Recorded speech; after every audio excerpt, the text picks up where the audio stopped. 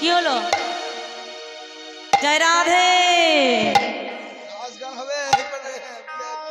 এরপরে তো রাষ্ট্রীয় সাধন করতে হবে। এত ঝিমিয়ে গেলে হবে? কি হলো? আস্তে আস্তে হাততালি দিলে কিন্তু আস্তে আস্তে গোবিন্দ লাভ হবে।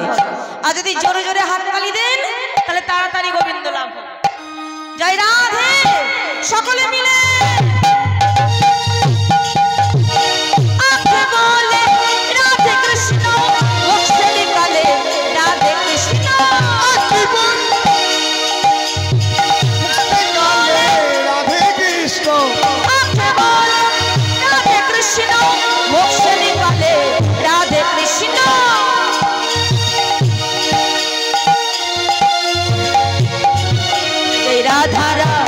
जय राधा रा जय जय राधा रा जय जय राधा रा जय जय राधा रा।